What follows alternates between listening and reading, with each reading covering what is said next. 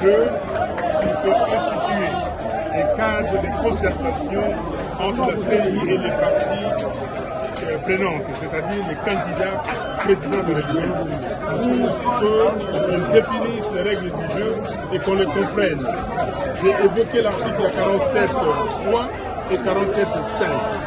J'ai dit au président de la CENI, ma présence ici, ma candidature, c'est pour continuer le combat de la vérité des urnes. Donc nous ne savons pas aujourd'hui. Le fichier électoral n'est pas connu. Je lui ai expliqué, je lui ai dit que dans l'opération d'octroi des duplicata, on continue à enrôler les gens. Il m'a demandé de donner des exemples. Je lui ai donné des exemples. Il y a des gens qui sont partis sur 10 personnes. Il y a au moins 6 qui ne retrouvent pas leur nom.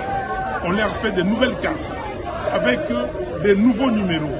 Il y a des gens qui prennent des duplicata, oui, avec le même numéro. Ceux-là, on trouve leurs données dans la machine, dans les serveurs.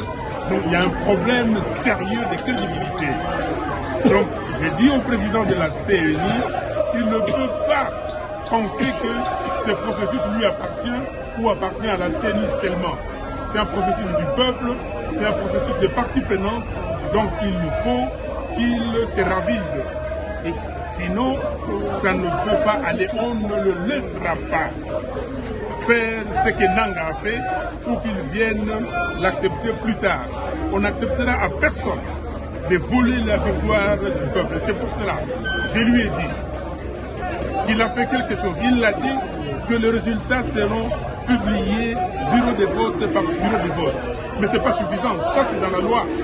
Les résultats doivent être proclamés et comme ça, les gens à qui on aura donné des machines chez eux, des gens qui ont des cartes d'électeurs fictifs, des électeurs fictifs, ces gens-là ne pourront pas transférer les résultats dans les serveurs. Si vos désidérata ne sont pas pris en compte, resterez-vous candidat tout à la fin? Mais les désidératas seront pris en compte parce que aujourd'hui, nous avons réveillé, ou mieux éveillé, la population congolaise. Donc la population connaît ce que c'est que le fichier électoral.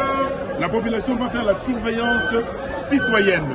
Donc les jours du vote, les gens vont rester dans les bureaux de vote jusqu'à la proclamation des résultats et pour voir si cette proclamation